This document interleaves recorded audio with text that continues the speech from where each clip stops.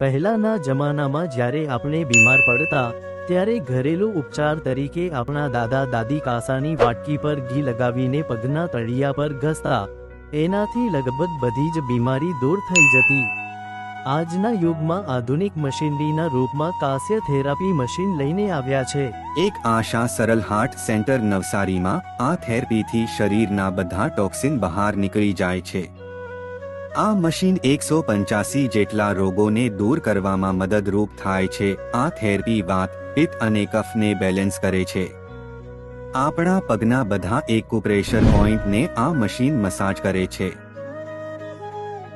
આનાથી શરીરના બધા ઓર્ગન એક્ટિવ થાય છે, બધા ઓર્ગનને પૂરતું લોહી પહોંચે છે, એનાથી હાર્ટને રિલેક્સેશન મળે છે।